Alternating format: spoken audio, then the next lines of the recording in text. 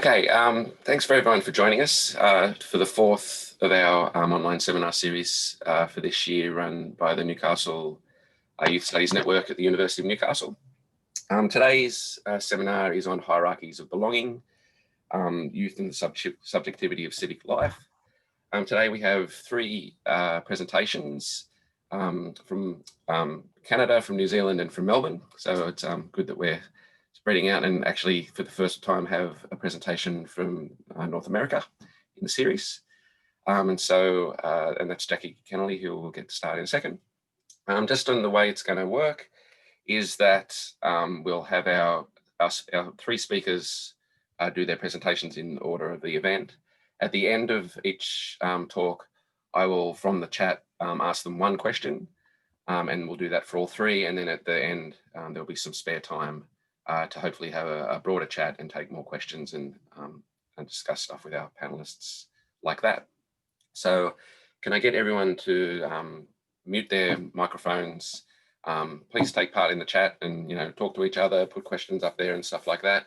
I've also got some links there that Jackie asked me to put up that she'll reflect upon in a second. So without further ado, we'll get Jackie to start.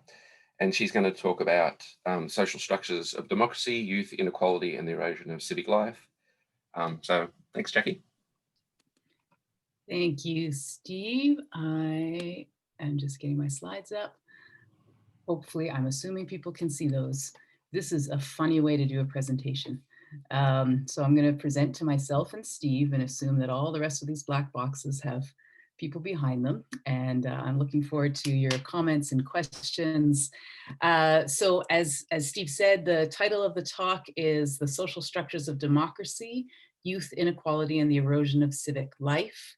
I'd like to acknowledge the work that's been done on this research so far by Shihan Erdal, who is my research assistant. He has been an essential player in this and recruiting young people to the study, whose voices you're going to hear in the presentation or see their words, as well as conducting the discourse analysis on civics curricula that I'll mention briefly. Now, Shihan is a Turkish citizen. He went back to Turkey to visit family and do field work, and now he is being detained in Turkey. And so I know Steve's going to share the website. So I know this is an odd way, an unusual way to start a presentation, but I would just ask everyone who's here, if you're willing, especially if you have an interest in young activists and their political engagement. Shihan is one. You can read about his case on the website that Steve is posting, and I will have it up on my final slide. And I'd really urge you to learn about it, sign. There's an international letter that can be signed there. And we're asking people, if you can, to write your Turkish embassies, whatever country you are in, as well as the Canadian embassies. The Canadian government is supportive. Their hands are a little bit tied because he's not a citizen. But if you can write the Turkish government, and just the more awareness we can raise about this case, the more likely it is that he'll be released. So I'll stop that there and do my talk. Okay. Uh-oh. Hello, slides. There we go. Okay, so I start with a quote from Pierre Bourdieu, who's one of my theoretical heroes, and a person I turn to make sense of a lot of things. So this quote: "The deepest logic of the social world can be grasped only if one plunges into the particularity of an empirical reality." So I use that to frame this because I am studying a social world and trying to understand its logic, and it is the logic of liberal democracy under neoliberalism. It's a very small little social world. It's a very modest project. And I start from the assumption that the base condition necessary for democracy to even be possible is equality. That is equality of access to opportunities, wealth equality, educational equality, housing equality, and equality in healthcare. Under neoliberalism, which has held sway for 40 years in each of the national sites in which this research is being conducted, such equality is impossible. So there are some beginning premises. The empirical reality that I am plunging into are the perspectives on democracy, civic engagement, political engagement of young activists and homeless young people in Canada, Australia, New Zealand, the US, and the UK, the quote, Anglo-American liberal democracies. The study encompasses the thoughts of these young people living in these 5 countries that have distinct geographies, histories, political leadership, and education systems, yet they broadly share similar approaches to government that was shaped first by British liberalism exported to the colonies, then later by British neoliberalism taken up by those same former colonies. This presentation is based on interviews I've conducted with 24 young activists. I've done the activist research so far. I'm starting to talk to homeless young people, but I'm also going to reference research I did 5 years ago with homeless young people on the same topic here in Canada. But the current research, so far I've talked to 24 young activists between the ages of 18 and 29 from all 5 of the study countries. I focus on activists because these are young people who know how to effectively navigate political structures to create social change. In other words, I would argue that young activists are exemplars of active and engaged liberal democratic subjects in each of the 5 study countries who know how to engage with the political structures. I focus on homeless young people because these are the youth who have been most radically failed by the liberal state and thus have the greatest need to be actively engaged in creating social change within liberal democracies. So my central argument is that the shared ideological premises of liberalism and neoliberalism in each of the study countries, built upon similar political histories and strengthened by the globalization of neoliberal common sense, or doxa, generates a specific set of conditions that shape the possibilities and prescriptions, the points of access and barriers to participate meaningfully in civic life. Now, meaningful participation in civic life, I start again with the assumption that this is more than just voting. And I think most would agree. Indeed, as Bourdieu argues, voting signifies the bare minimum of democracy and can even become anti-democratic in that it individualizes and atomizes the members of a polity. Democracy is a relational process. This is actually some of the theorizing I'm working with, not necessarily how it's understood in the dominant frame. But democracy, I would argue, cannot be shaped by individuals in isolation from one another. The activist youth I've spoken with all vote or will when an election comes and they are at voting age. They all feel it is important, if only as a protest against some of the more terrifying political actors on offer at the polling station. However, they do not only vote. Indeed, every one of them indicated that voting was a necessary but not sufficient ingredient to their own contributions to the polis. They believe themselves to be political people because they think and they learn and they act in concert with others. And these are some quotes that illustrate this across the 3 different countries. Now, this conception of politics and public life closely matches that's described by Hannah Arendt as a space of appearances where plural actors come together at a shared table to form a web of relations that shapes the political space that they all inhabit. She argues that it is a capacity carried by every human person simply by being born and thus being of the world. And that's a theoretical framework that I develop in another article, which I'm actually going to include the citation later. So Arendt argues that everyone has the capacity to participate, but this doesn't mean that every human will participate. Bourdieu helps us understand how every person might carry the potential and yet not have the capacity to enact that potential under conditions of extreme inequality, such as exist in each of the study countries and has been exacerbated under neoliberalism. One of the central concepts from Bourdieu that is needed to make sense of my argument is elusio, or what Bourdieu describes as an investment in the rules of the game of a given field. Every social field, including the political field, requires of those entering it to have some sort of relationship to that field's elusio, or rules of the game. Whether an individual is able to play the game skillfully or not, their participation in that field, or indeed their recognition of the logic of the field that results in them conceding that they cannot effectively participate within it, is granting recognition of the stakes of the field. Contesting the field, likewise, is to acknowledge its logic. As Bourdieu says, wanting to undertake a revolution in a field is to accord the essential of what the field tacitly demands, namely that it is important, that the game played is sufficiently important for one to want to undertake a revolution in it. To enter into the political field of activist engagement is at some level to concede to the state's logic. How would it be possible not to? Every participant in this project and myself, with the exception of 2 participants who moved to New Zealand and Canada respectively as young adults after early political socialization in authoritarian Arab countries, other than these 2 women who are an interesting case study, we've all been swimming in the soup of liberal and neoliberal logic since childhood. But what allows young activists to engage politically is that they have also been exposed to the logic of political organizing, which includes a set of skills and dispositions that are specific, concrete, and not widely distributed.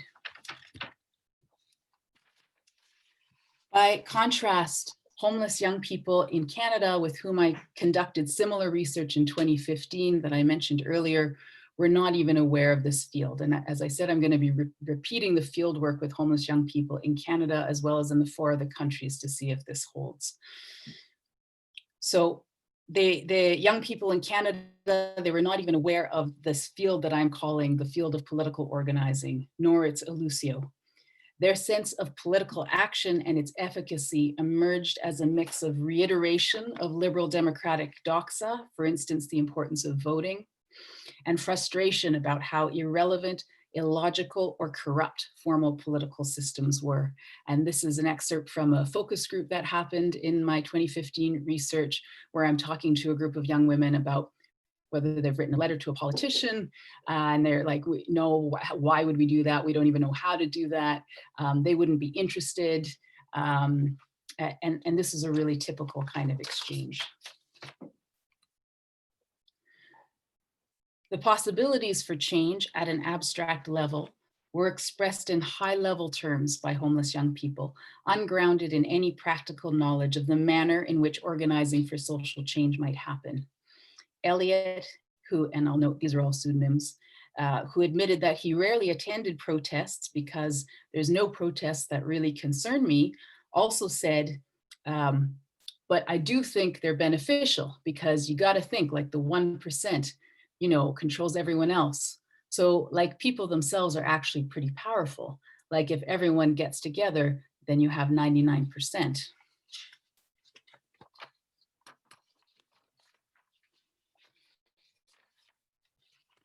Homeless youth in Canada in 2015 exclusively associated being political with formal electoral politics and never with their everyday lives.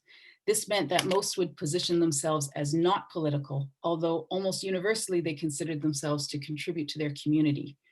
In equating politics with voting as their only means of participating, the liberal democratic myth about what it means to be political, one person, one vote, ultimately leaves them feeling that they are not even entitled to speak up about their issues, having forfeited their single opportunity to contribute politically. And this is a quote from a focus group. Molly says, politicians always say one thing, but they never do it. So I just don't bother to follow it. I'd rather just be in my own bubble, do my own thing in my life and not really care. But then I feel like I should care and also give a vote because it does come to crap then. I don't know, the same thing that if you don't vote, then you shouldn't have like a voice to complain, right? Like if I don't vote, then why? You know what I'm trying to say? So I guess it's, I don't know, it depends how you look at it. Political actors are made, not born. Activists in liberal democratic states are predominantly created through access to specific forms of cultural and social capital that are not broadly available. This lack of availability is in part due to the limited space given to activism or other forms of meaningful civic engagement within public education, coupled with the problematic and biased reporting of activism in corporate media. The cultural and social capital needed to become an activist in liberal democracies is instead acquired through close relationships with others who are in the know. These others are most commonly direct family members. 10 out of 24 activists, or 42%, described their first activist experience as happening alongside their parents or other close family members who brought them to a demonstration or to organizing meetings from an early age. If family members were not actively engaged in activism, they were typically politically active in other ways, through conversations at the dinner table, strongly held views, or through involvement in the formal political system, voting at a minimum.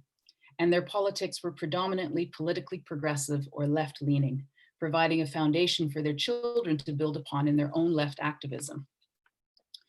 Those few who did not come from politically active or left-leaning families were introduced to activism through other trusted mentors, typically adults who helped them gain access to opportunities that then led to activism or supported them directly into activist organizing. And these are a few quotes just demonstrating again from across the different countries, the ways in which young people were described their introduction to activism. Now, these findings in 2020 exactly mirror those of my 2007-2008 ethnography with young activists in Canada, which was published in this book that I've cited at the bottom, despite the fact that the current research is being conducted 13 years later and across 5 different countries, including Canada. Between 2007 and 2020, there have been an explosion of youth-led social movements globally, from the Arab Spring and Occupy in 2011 to the Quebec student strikes, also called the Maple Spring in 2012, to the UK anti-austerity strikes in 2015, the March for Our Lives gun control rallies in the US in 2018, the global student strikes for climate in 2019, and the current Black Lives Matter protests happening all over the world in 2020. Some of these movements have played important roles in the politicization of participants in this project. However, those who were able to gain access to those opportunities shared biographical pathways into activism that resembled those who were politicized directly through activist families, generally including access to post-secondary education. So what I'm calling the development of a democratic disposition or the ability to engage in the political field of political organizing is tied to social structures and what Bourdieu calls the field of power. Not just anybody can become an active democratic citizen in contemporary liberal democracies. It is not in the state's interest to develop activist citizens that can challenge the state's legitimacy. And I support this claim through discourse analysis of the civics curricula in all 5 of the countries under study. As I mentioned, Shihan has been essential in doing that work, and we're developing an article from it once he's released. So in looking at that civics curricula, I can't give it space now, but not a single one provides concrete information about engaging in political social change other than through voting in the formal political system. And I also ask young people about their memories of learning, of civics learning, and it is rarely relevant to their politicization, only if they happen to have an extraordinary teacher. As always, when speaking of dispositions from within a Bourdieusian framework, it is important to emphasize that these are not innate traits. Rather, these are social traits developed through social interactions, rooted in conditions that are themselves shaped by dominance and subordination within the field of power. Bourdieu argues that any of the possibilities that we tend to think of as potentially universal remain the privilege of only a few, because these potentialities find their full realization only under definite social and economic conditions, and because, inversely, there are economic and social conditions under which they are atrophied, annulled. In other words, despite Arendt's confidence that any person might participate in world-building practices within the public sphere, and despite the mythology of liberal democracy that argues for the individual actor participating meaningfully through their individual vote, Bourdieu's work helps us understand that effective democratic engagement is stratified by social class, access to education, and the availability of affordable housing, as each of these in turn stratify the ability to connect with others who can transmit the disposition necessary to participate in the field of political organizing. And there's much more I could say about that, but I will end it there. Thank you very much for your attention behind your black boxes. I look forward to the questions. I know we're going to take one question at the end and then have a larger discussion after all three have gone. Thanks, Jackie. That was great. So we do have one question in the chat at the moment from Pam Nyland, who asks, do you view politically active far-right young people as activists within the framework that you're using in this? Yes, I'm not interviewing them, but it's occurred to me it would be very interesting to interview them. I would venture a guess, without having done the empirical field work, that they will have been politicized through similar means, through access to the specific dispositions that allow them to become engaged in far-right movements. Maybe I could additionally say that there is, such a resurgence of right-wing politics right now that there's a lot more space and access to information for young people, I would say, unfortunately, to become interested in.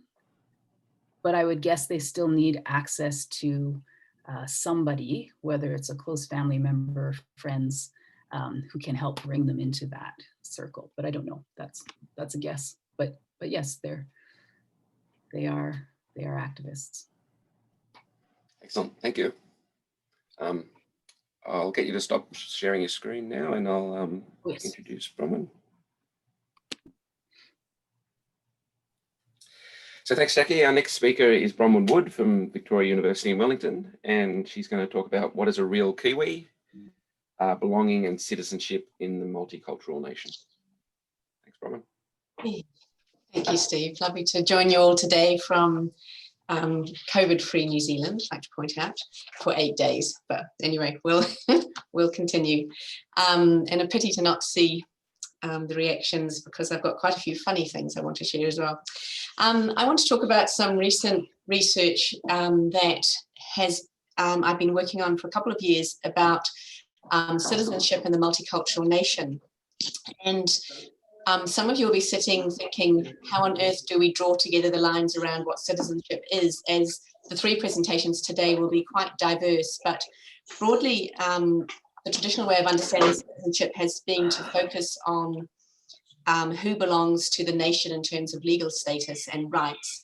However, this is being challenged by me and Rosalyn and Christina Carleton and others about how we need to understand citizenship as a far broader framework of how we live in everyday lives as citizens. So in my presentation today, I want to look at what that means in a very diverse and even super diverse nation such as New Zealand, now identified as the fourth most diverse country in the OECD, and what it meant for young people growing up in some of these truly culturally diverse neighbourhoods and their understandings of being a Kiwi. So the question of who belongs to the nation has been an ongoing source of sociological inquiry, as you know. The conceptions of the people and the nation have traditionally been tied to quite exclusionary and homogenizing narratives of nationhood, privileging majority ways of being while denigrating or rendering invisible minority identities and contributions. So belonging to the nation has both an inclusionary and exclusionary component. And as Yuval Davis reminds us, the politics of belonging inherently involve the dirty work of boundary maintenance.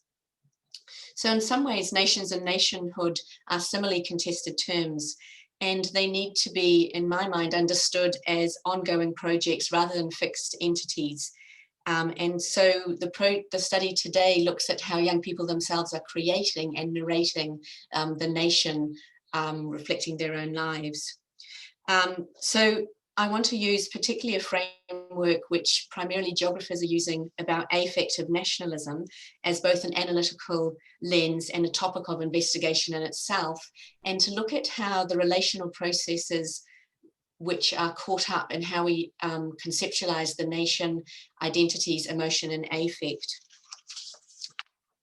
So my work has involved a process of youth self-interviewing, because I,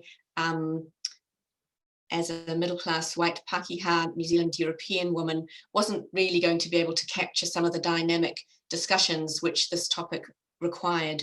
So I used the strategy of providing them with a number of activities to conduct in groups, peer groups, and then record them with an audio recorder. I also used a secret box, and I had an opt-in photo elicitation activity as well. My research was guided by a cultural diversity advisory panel around my work, and I also went back once I'd coded, particularly this paper, back to schools to test it, just to keep that participatory kind of method going as much as I could. So the students, rather than me interviewing, you can see in this picture one student talking into the audio, and in front of them is the poster that they're making, and I was hovering around the class whilst this is going on. Believe me, it's chaotic, but very rewarding research.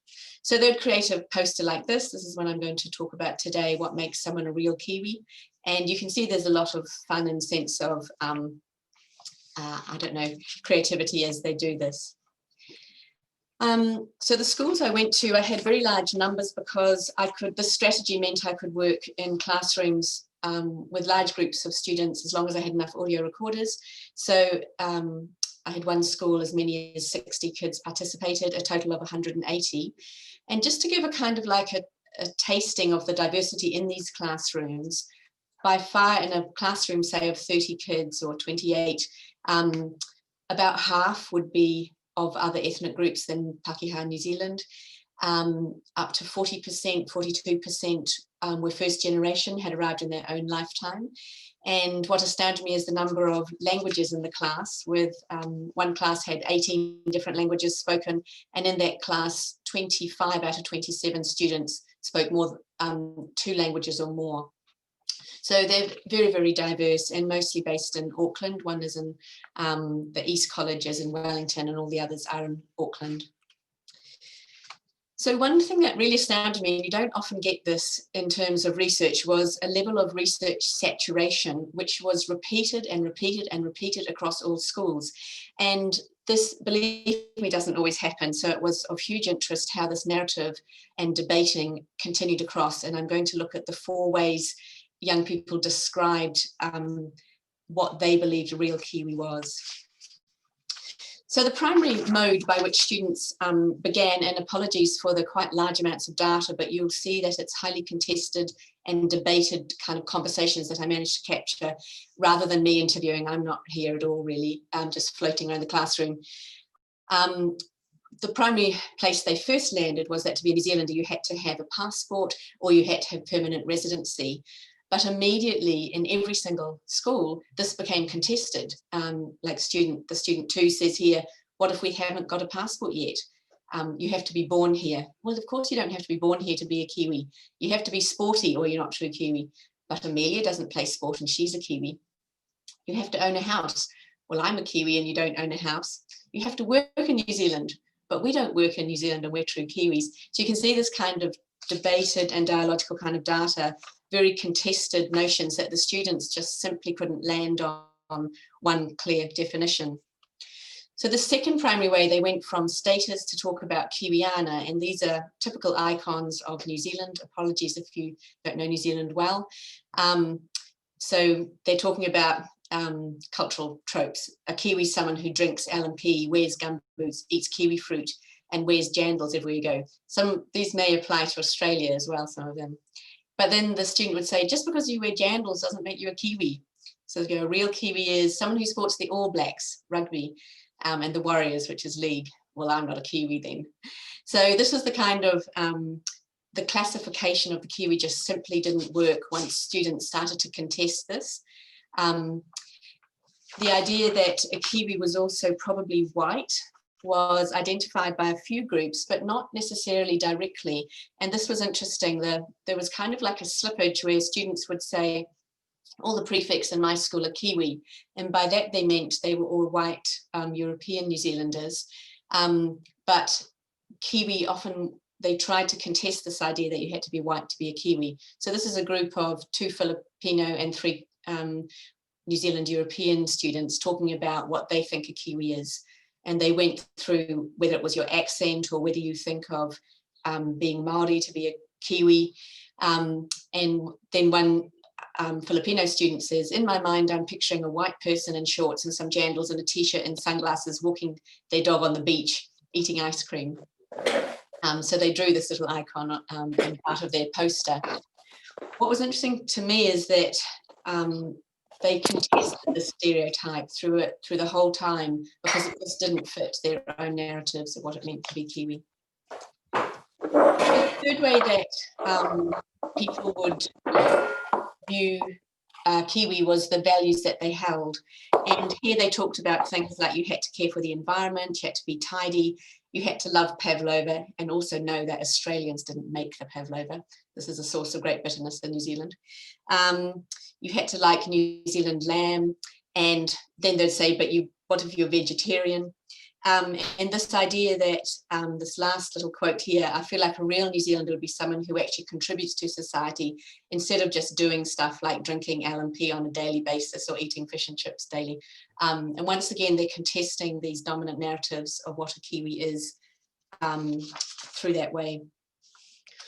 One thing that came out that was really interesting is across all the schools was that Kiwis actually embrace and welcome cultural diversity. So in every single school, this narrative came out that Kiwis themselves celebrate other cultural groups. And they used a Māori word, manaakitanga, which means to show hospitality to strangers, in this quote from East College, where they talked about, yeah, it comes back to manaakitanga, manakiing. They were kind of distorting the Māori word, manaking someone into your house, to be welcoming and friendly, but never too polite, you need to be relaxed. And matariki, which is a Māori celebration of stars, is something we celebrate. So these deep kind of cultural narratives of welcoming that had come through from Māori culture as well. However, the final point that many, probably about half the groups landed on, was that all of these narratives just didn't match the reality of being a Kiwi. And so what counted most was that you felt like a Kiwi. And in this example, a student, a New Zealand European student, grabs the recorder from off the table and walks around the room and says, June, you're an immigrant, right? And June says, no, I'm not an immigrant, I was born here. Ah, never mind. Is anyone here an immigrant? And she goes to talk to Sophie from the Philippines. Would you consider yourself a Kiwi somewhat? And Sophie says, yeah. She says, why? Well, I've been here for a while. Kate says, do you do anything like traditional? Trying to get out, I think, some cultural norms from her own culture, of her Filipino culture. And Sophie says, I suppose I just kind of feel comfortable here in New Zealand. I enjoy being here. So homely and comfortable, feeling homely. And she went back and wrote it on her poster as a definition of being a Kiwi. You're a Kiwi if you feel like you're at home. And Sophie says, actually, I do want to be here. I do want to go back home at some stage. And Kate concludes, so if you feel you're a Kiwi, you're a Kiwi. So this was a position that many groups across all of the schools arrived at, having rejected almost every other definition that they had tried to work on to convey what a Kiwi was. And this idea that it doesn't matter whether you're from New Zealand, what matters is you consider yourself a Kiwi. It depends on how you identify yourself. And this idea that you're a Kiwi if you call New Zealand home. So this was quite a different position than we traditionally understand citizenship. And many ideas of this multicultural Kiwi were part of the reason they struggled with even the question of what is a real Kiwi, because they said, Kiwis are so different, we're so diverse, we don't want to pin it down to one narrow idea, a very limiting idea of what a Kiwi is. So this idea that everyone who identifies as a Kiwi can be one, it's much more about cultural diversity. So where does this land us then? There was little sense of agreement in all of these traditional narratives which characterized a Kiwi. by birth, by citizenship status, what you wore, what you believed, how you acted. All of these were critiqued and debated amongst the students as inadequate, as they just didn't cut it against their own personal experiences and those of their classmates.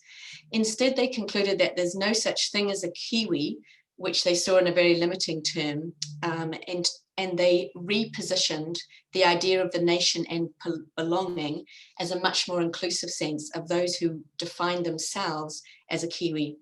So this is quite an interesting critique on many of the understandings of nationhood and of citizenship and belonging. This student's photo narrative captured this in some ways, where she described her own sense of belonging. She was from India. She had only arrived 4 years ago. She speaks Malayalam and English, but her very sense of belonging was in the context of a multicultural group of others. To belong was to be multicultural. And this is a picture she took of her multicultural friends and all of their, what they owned. What is interesting, and what I don't have time to discuss, is despite this utopian kind of vision of an inclusive multicultural nation, many of these young people, such as Anu, were crafting themselves, their accents, how they presented themselves to others, in order to make sure that they fitted into this multicultural but also kind of slightly exclusive notion of the Kiwi as well. So to return, just as I finished, on the idea of affective nationalism, this study shows that these young people from super diverse communities, which may not, of course, reflect the whole of New Zealand, were critiquing and challenging the narrow and limiting notions of nationhood. Their lens of critique was strongly centered on themselves, the way they lived and practiced their citizenship in the context of diverse others. And where their lived experiences didn't match definitions of being Kiwi, they actively worked to reshape, re-challenge and rewrite understandings of the nation. These much more relational and emotional dimensions of citizenship were crafted in the context of others and through feelings of both inclusion and exclusion. And their own experiences exposed the hollowness of many traditional understandings of being a Kiwi. So the lens of affective nationalism, as both an analytical lens and as an investigation in itself, foregrounds the significance of people's everyday encounters, identities and affinities, and how these in themselves reproduce the nation. So for these young people growing up in Anderson's idea of an imagined community, it was multicultural and it looked and felt like themselves, less homogenous, less monocultural than previous generations. And as Thompson has lucidly argued, the nation is not something that is a given, which exists outside the lives of people. These very individuals contribute to the reproduction of the nation by engaging in daily activities and encounters. So by paying attention to the politics of affective nationalism, it may be increasingly important in a multicultural nation to challenge, for these young people themselves, to challenge the hierarchies of belonging that are founded on traditional monocultural conceptions of nationalism. So I'll end there and look forward to some questions. Thanks, guys. Thanks, Bronwyn. So we do have a question in the chat. I'm just going to find it. Okay, so I think this is from Julia Cook. This might be outside the scope of your study, but I'm wondering if the inclusive notion of belonging that the students arrived at translates to their behaviour within the school. For instance, were peer groups stratified by country of origin? Quite hard to pin down, because definitely it did translate into peer groups and so on within a school. There'd be two reactions to that. The first is that there was a broad sense that if you were the ethnic other, you had a sense of solidarity with other ethnic other.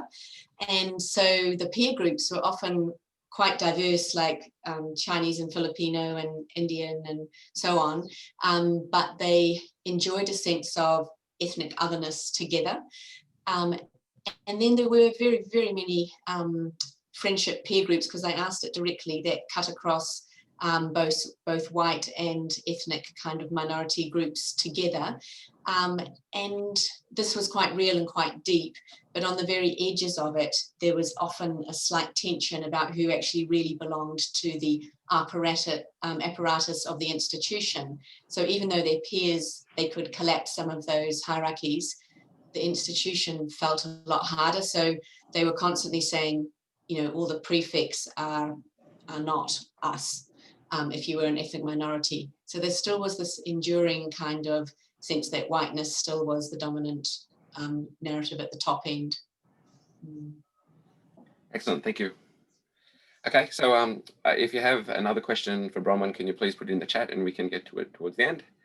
And we'll move on to our third paper now, which is Lucas Walsh from Monash and Rosalyn Black from Deakin, who are going to talk about belonging to the future beyond Homo Promptus. Again, if you have any questions throughout this presentation, please put them in the chat. Thanks. Great, thank you very much, Steve. I'm going to kickstart us. Luke, if you can move us to the next slide. So I'm going to start our presentation by talking about some of the overarching themes, narratives and ideas that we're playing with and have been playing with for a couple of years in a project looking at young people's imaginings of the future and relationship to that future. And then I'll be handing over to Lucas to bring us back to a very specific examination of what some of these ideas look like and how they're playing out in Australia. So really the first thing that we need to say is something, this is a concept that's very familiar already to everyone in youth studies, that there's this concrete, solid relationship or association between young people and the future. Whether young people are positioned, as Steve has said in the past, as a kind of effective proxy for the future, as a figure of hope, or whether the young person is positioned and constructed as a kind of warning beacon, a seismograph of a catastrophic future, something that is really escalating in the public and media narrative. There is this very, very strong, persistent understanding, sense, positioning of young people as navigating towards the future, as being engaged in movement towards the future. Next slide, thanks, Luke. But what we all know, I think, is that that movement towards the future is anything but simple. Again, the scholarship, youth studies has for many years now not only challenged but really exploded the idea that young people's movement towards the future is a linear experience. Instead, it's a complex engagement with time and space.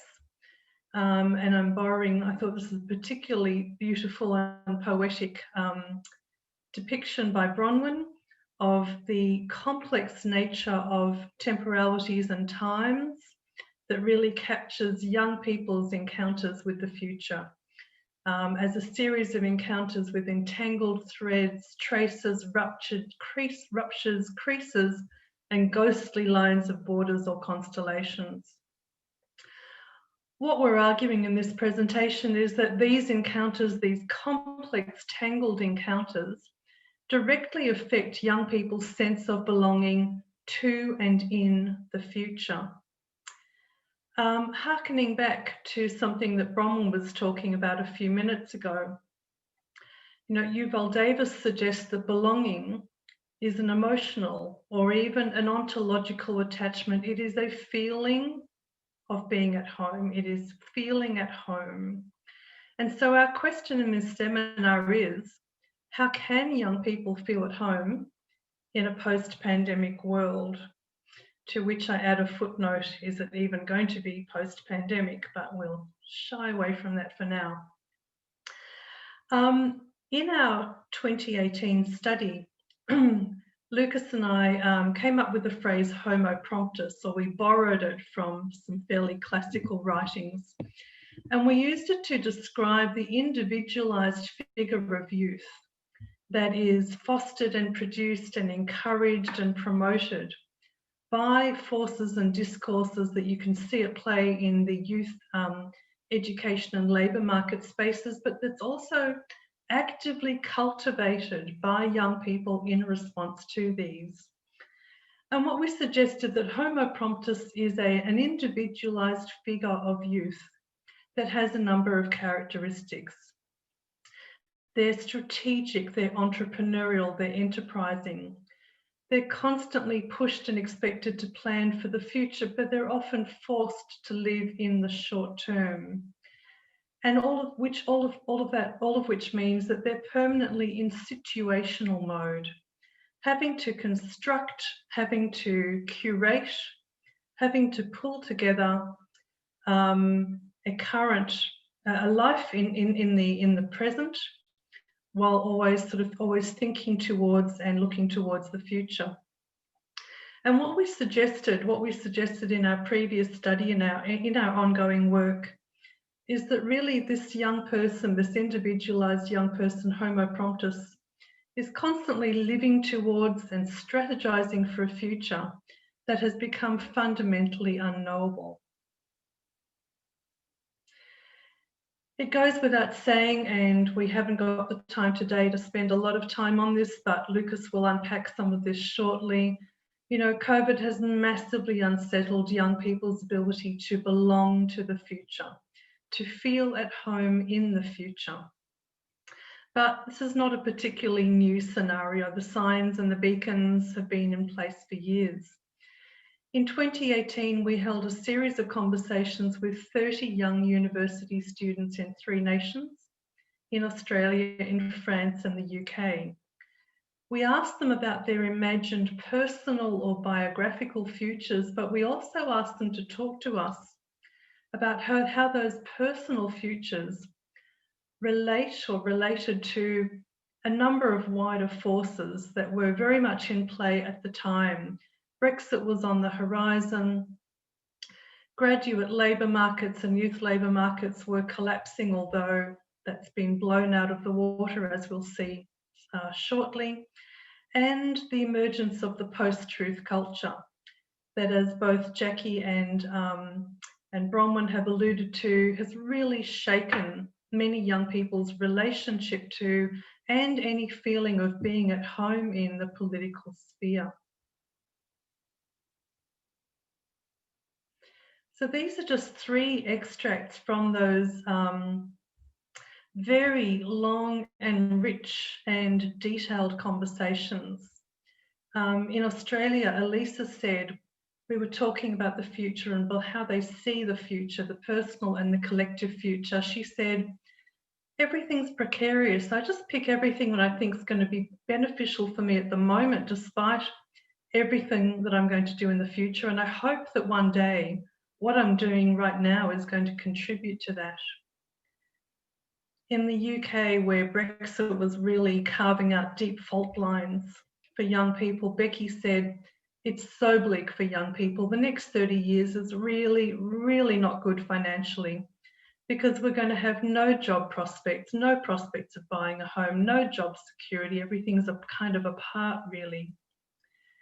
And Kim in France was talking to us about the Homo Promptus position, this sense of the entrepreneurial young people having to make do, having to try and carve out a pathway, you know, on shifting sands. And she said to us, you know, in French, we have this word, se débrouiller, like to make it work out, even though you're lost.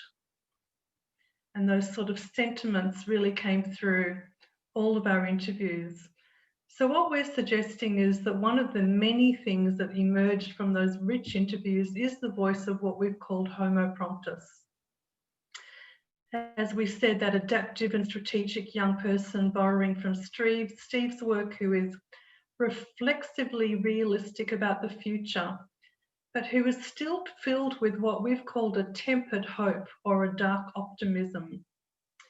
And we'll be putting out a blog later this week, which I'll share on Twitter, that unpacks that idea of young people's dark optimism or tempered hope in much more detail. Borrowing from Julia's work, we think that what really came out of our interviews is also a reminder that young people's imagined futures interact with and respond to and relate to forces beyond their own lives in complex ways. And a constant reminder that relationship to the future is subject to complex temporal and spatial forces and relationships.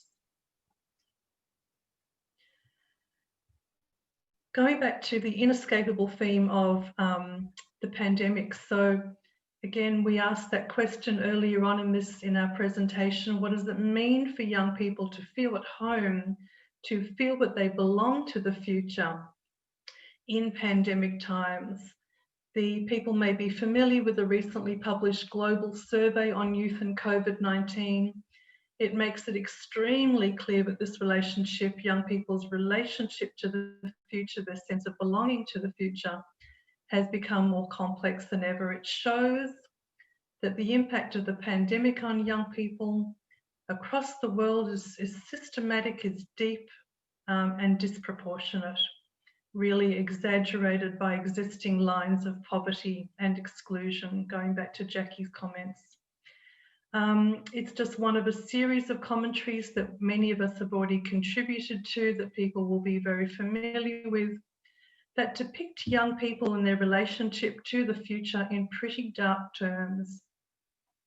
We've all seen the work on young people depicted as, described as the current generation of young people, described as a lockdown generation, a lost generation, generation pandemic, whose future trajectories are at the very best interrupted, who are in limbo, who are subject to a failure to launch. And what Lucas is now going to do is to walk us through some of what this impact looks like for young people in Australia. Thanks, Luke. Thank you, Ros. Yeah, look, we're going to think out loud in the final part of this presentation and draw together threads from the present, the epoch, and the future. As Ros pointed out, there is this inescapable pull of the current context and what it might mean for uncertainty and disruption and flux for young people. And here's a quick picture of what it looks like.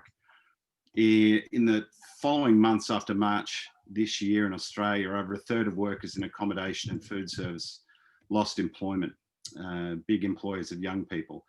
20 to 29-year-olds were the worst affected, with more than 40% losing work. Economy-wide, just under 90% of jobs for those under 20 and 11.8% of jobs for those under 30 disappeared.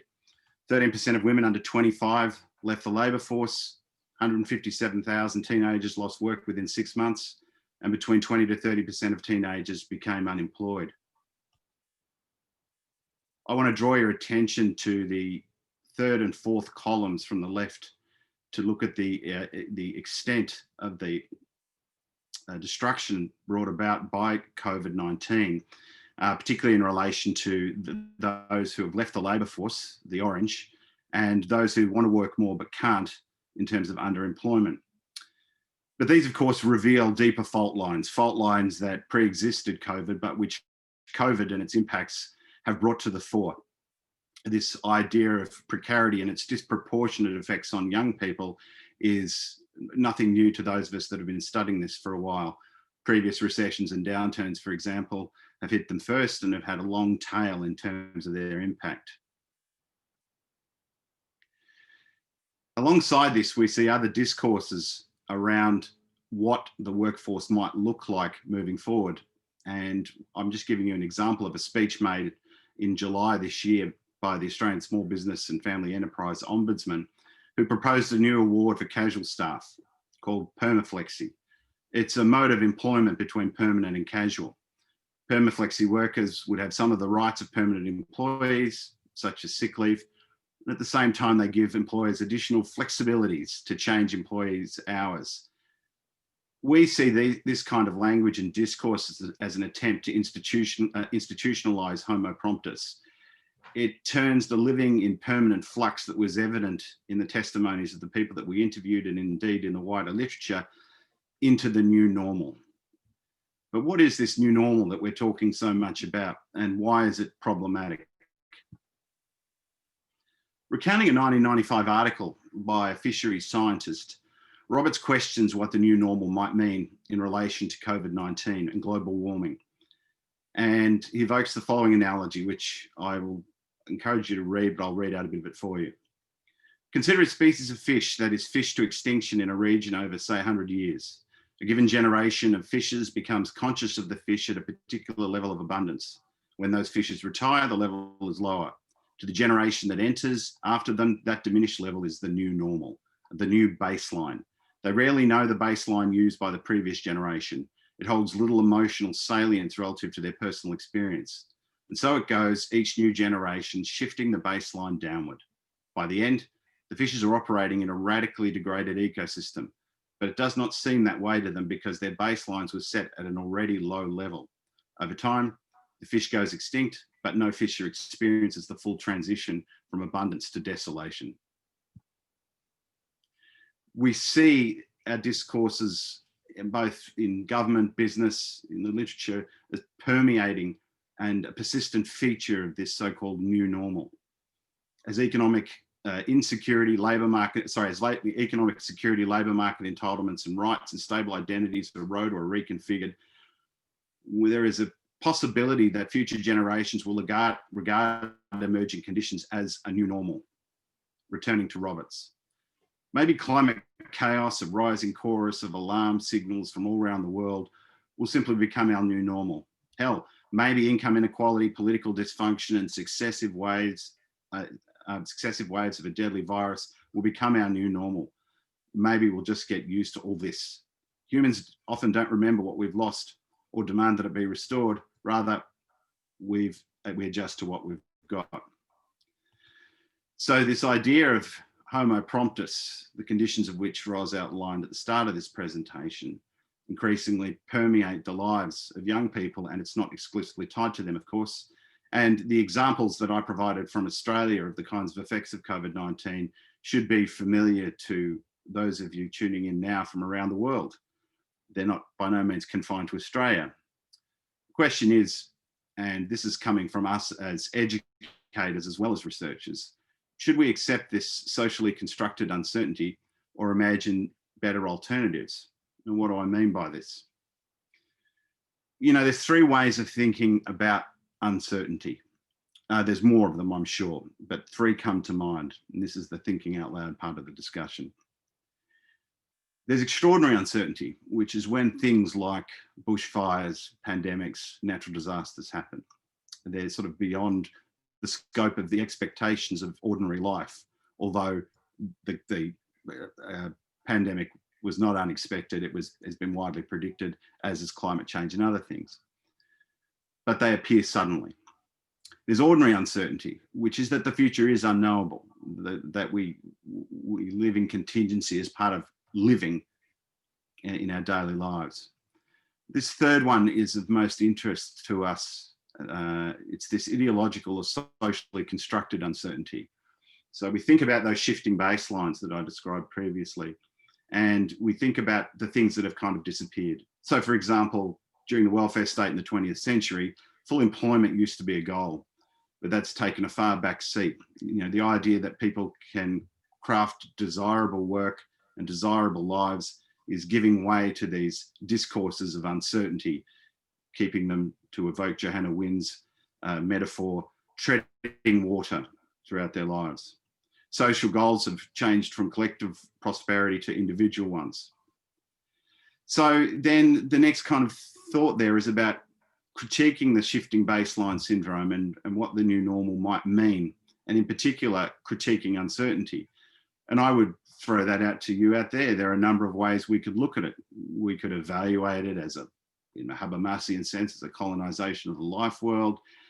We could look at it from a Gramsci point of view or an Althusserian point of view in terms of how they understand the permeation of ideology, or we could use Bourdieu and others. We throw that open to you in thinking about what this new normal means and what uncertainty means in relation to it. And that brings us to the close of the presentation today. And we hope we've given you something to think about as we've been thinking about it. And I'd also like to give a big shout out to Steve, Julia, David, and Barry for facilitating this kind of workshop and bringing us all together to discuss these very important themes that I think all the presenters have brought up today. Thanks very much for your time on behalf of Ros and I. Thanks, Ros and Lucas. So I'll continue with the format. We've got a couple of questions here. So I might ask Julia's question to you specifically, and then I think I can generalize the other questions to the whole panel.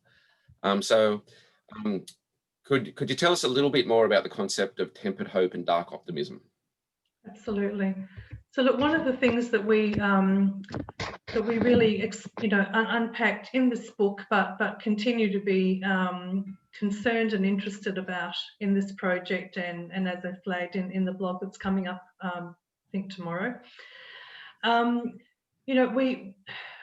We really want to avoid sort of effective absolutes when we're talking about young people's relationship to the future.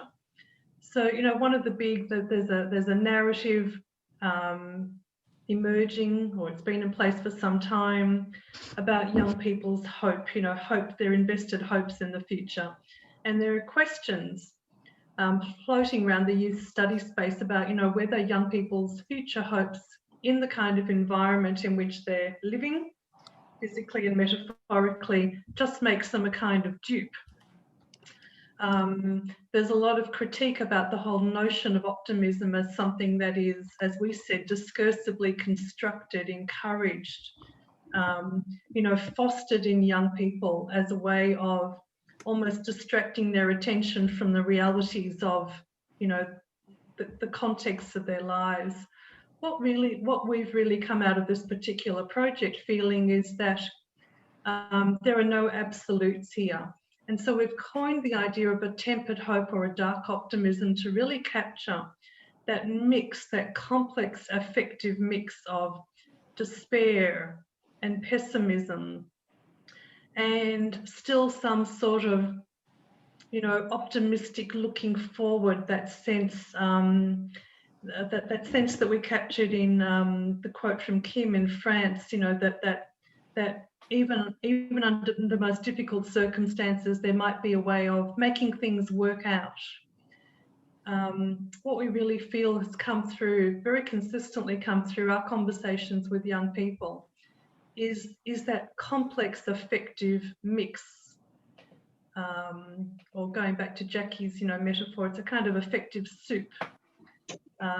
It changes from moment to moment. It is not singular. It is not solid. It is not stagnant.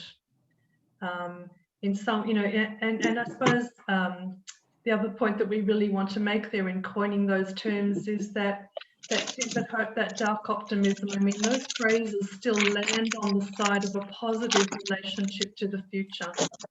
No matter how dark young people's circumstances are, we feel that positive relationship to the future is something that still needs to be recognised, supported and respected.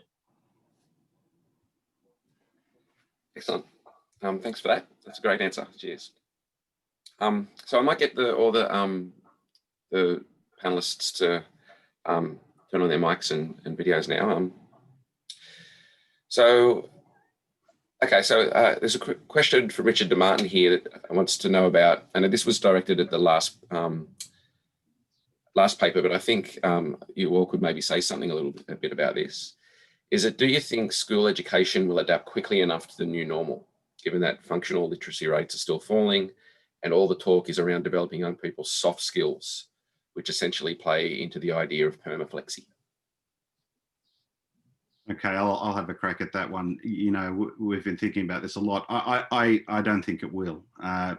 There have been really significant adjustments into how how schooling takes place in terms of teaching and learning in very instrumental ways. But really, the all-pervasive discourse of so-called 21st century skills or soft skills continues its march forward. And in fact, we're now seeing a deeper and deeper permeation of this throughout education, beyond schooling to higher education in particular, in the form of things like micro-credentials, as though Homo Promptus will just adapt and pick up new skills in order to adapt to the needs of the labour force. But the needs of the labour force are always nebulous and lacking solidity, thus really presenting how shallow that particular orientation is. So I don't think, Richard, that it's necessarily a promising future in the short term. Do you have anything to say about that? Who's that directed at, Steve? Yeah, Bronwyn, do you? Only to concur that the changing spaces that we're seeing, particularly post-COVID, I think will have a devastating effect on social class inequalities that are already present in society. I think that's quite obvious statement to make. And that these notion of soft skills completely ignore the social cultural capital that young people arrive at schools with, and how they're expected through their newfound agency and technologies to be able to overcome those differences in their backgrounds. And I think we will see an even greater social divide as a result. Jackie? Yeah, pretty much what Bronwyn said. Fair enough.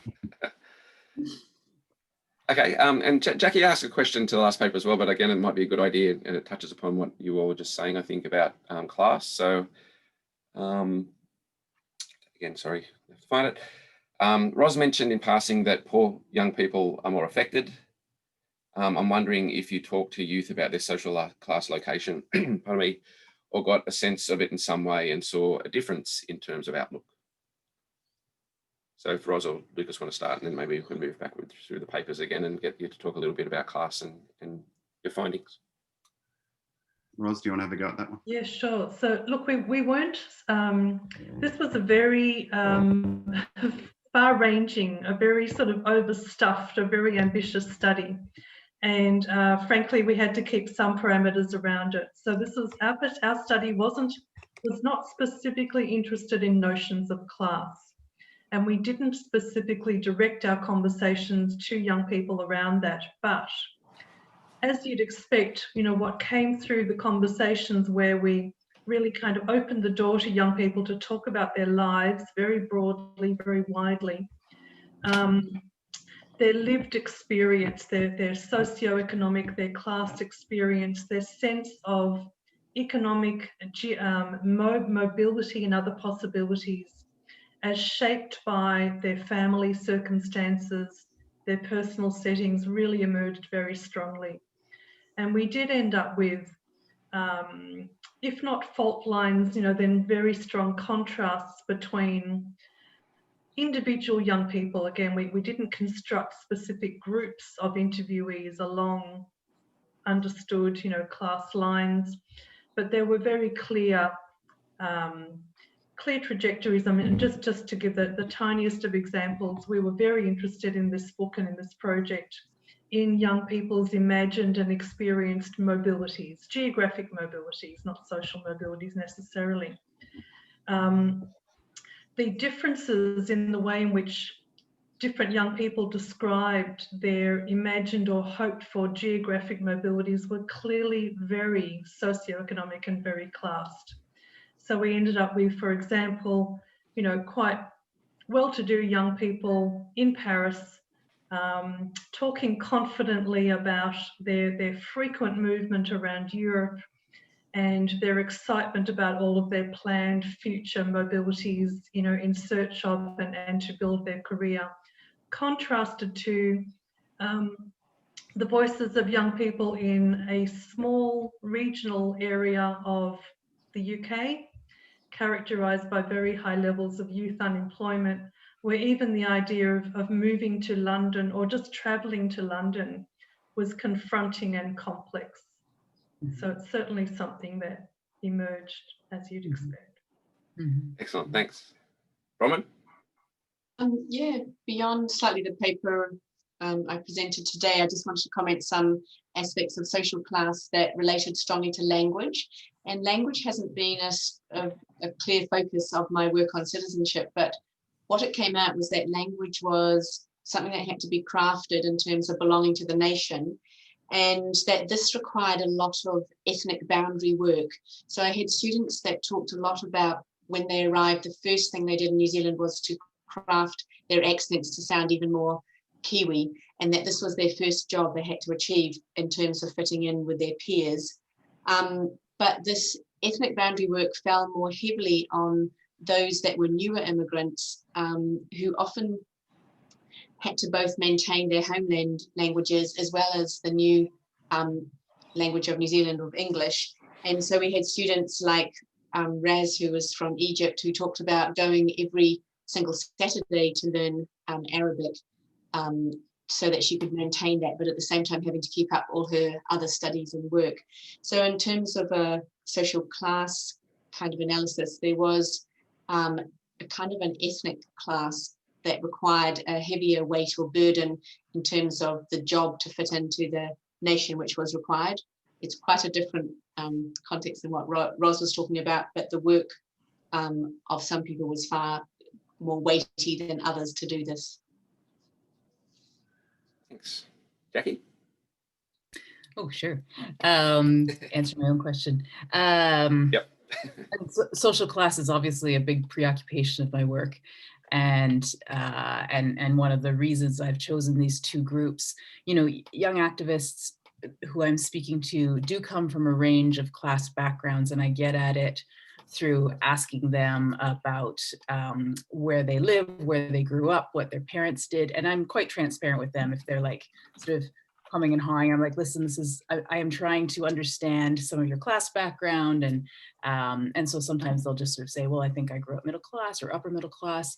But you know, like one of the things that unites them, I think all 24 of them, and that's about 5 from each country, some more, some less, it is that they were able to go on to post-secondary, right? And so different experiences of post-secondary, you know, there's like, you know, elite universities versus, you know, like state level universities in the US. So obviously that is stratified as well, but the access to higher education was pretty much universal and is a real class marker, particularly compared to the homeless young people. So, you know, I've only so far interviewed 4 young people for this round of research, but had done interviews in 2015 with about 50 young people, and I've been doing work with homeless young people for over a decade.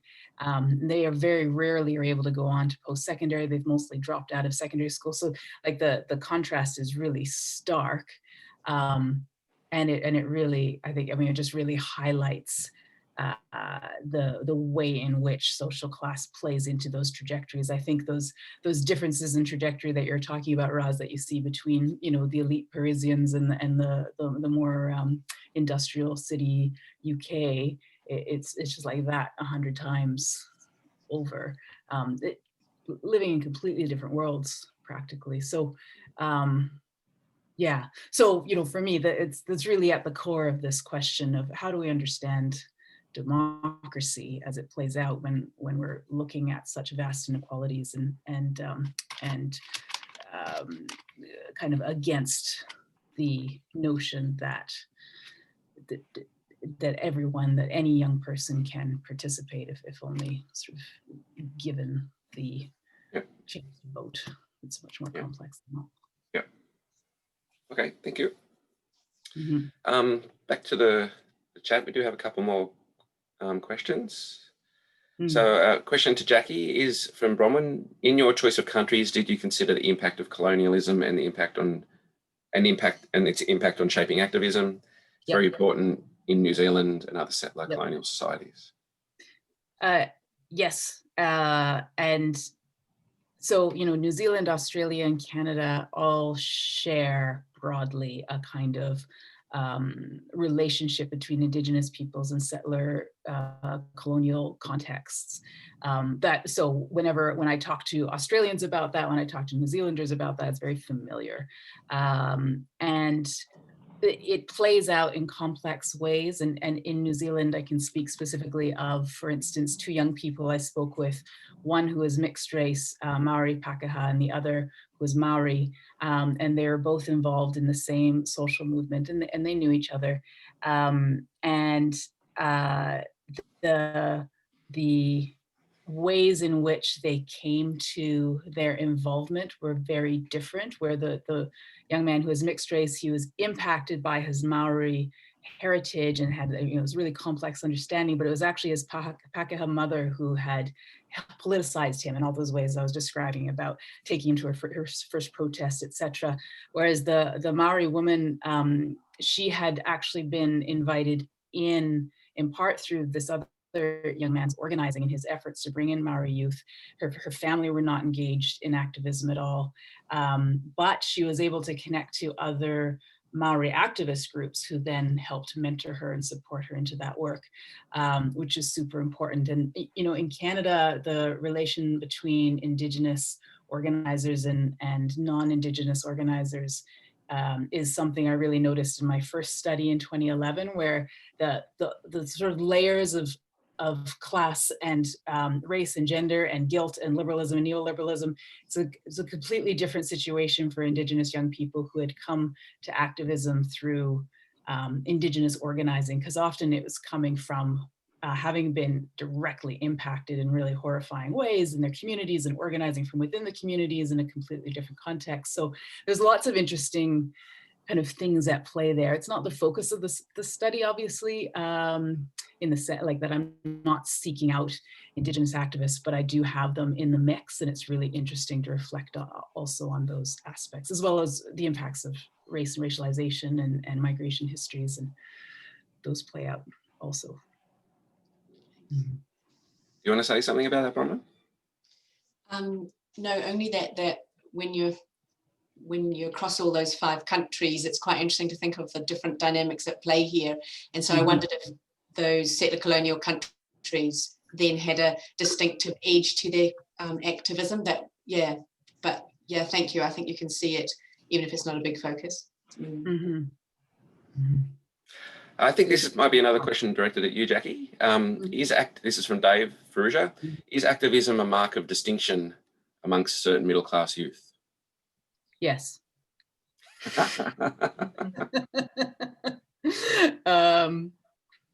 Read my 2011 book, David. That's it might have been.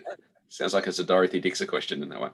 Do you want to say? Anyone else want to say anything about that, though? That distinction. Really? Okay. So Richard's got, I think, a really good question. Maybe this is a question we can put to the whole panel and conclude on it. How do we enable a dynamic middle way for young people to access activism, whether they are already engaged or traditionally apathetic to social and economic discourses, controlled by what they may see as out-of-touch old people controlling their futures? Pretty good question, that. Who wants to go first? Yeah, I'll take a first stab at that. It's obviously, part of what I'm preoccupied with. Maybe I'm just thinking where to start. One of the central arguments that I'm making is, as I said in the presentation, that activists or people who are, sort of critically and actively engaged in democracy are not born that way. And so obviously that means that actually, in theory, anybody could become, or not become, but get the skills, be exposed to the disposition and possibilities to become more engaged. It's not happening in school.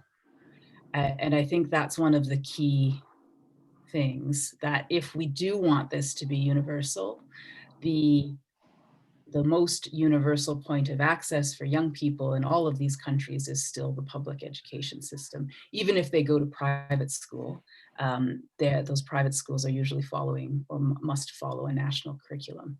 And the national curricula in each of these countries, they're not all national, sorry, in different places, like in Canada, there's provincial, and the US is statewide, but we're looking at them. And that civics curricula is just so meaningless right now. So I think there's a big sea change that would need to happen to provide universal access to that kind of set of skills and knowledge. And I think the only way for it to actually be universal is for it to happen in school. But will that happen? I mean, that's going back to, I guess, your earlier question about whether schools can keep up. But schools are unwieldy, large institutions that are slow to change. So it's not super helpful, but that's my thought. Rosalyn, Lucas?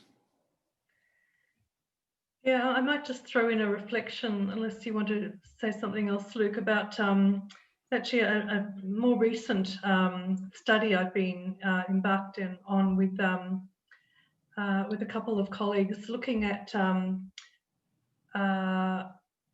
student participation, student voice initiatives in a number of Victorian schools. And again, just really interesting with Rachel Finneran, who's with us today, by the way. Hi, Rachel, and Eve Mays. Really interesting looking at how those lines of class still play themselves out very much in the sense of access. This was actually a study looking at primary school students.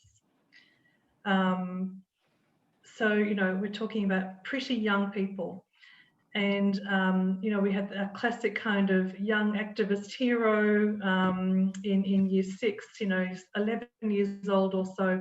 And he already has the skills and the knowledge and the capacity and the confidence to reach out to his local member of parliament and to engage him in conversations about the things that matter to him as a young person.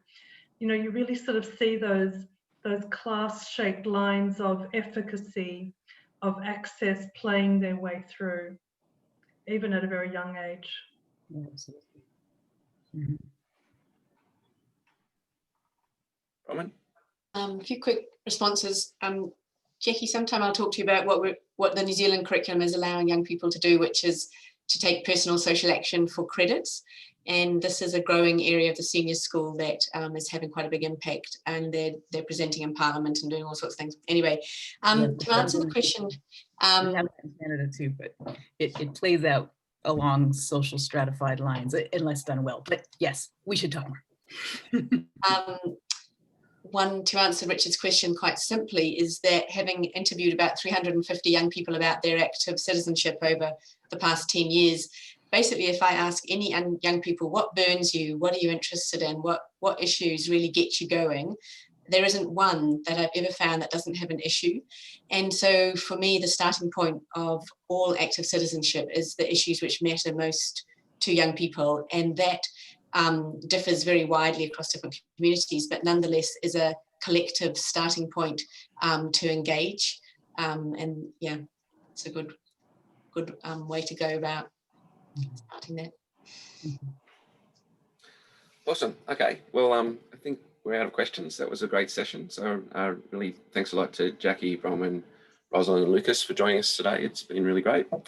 I put somewhere in the chat some information about the next one. I haven't quite got organised enough to put the Eventbrite together yet, but it'll be on October 28 at 9 a.m. One thing I've discovered doing this, that different time zones around the world make things really hard to get everyone in the same space at once. So we have some UK speakers there. The session is generally about young people in the pandemic. So we have Nicola Ingram, Kim Allen and Christy Finn from the UK, and Joseph and Kira from the Brotherhood of St. Laurence talking about aspects of the pandemic and education. Stephen Roberts, Ben Lyle and Brady Robards from Monash going to talk about their research on young people in the pandemic, and our group will be presenting on our pandemic research about young people in the hospitality industry. So if you can manage to come to that, that'd be great. So again, thanks very much for everyone coming, and hopefully see you at the next one. Thank you, Stephen. Thanks to everyone else. Thanks for organizing it. Thanks. Bye. Good night, everyone.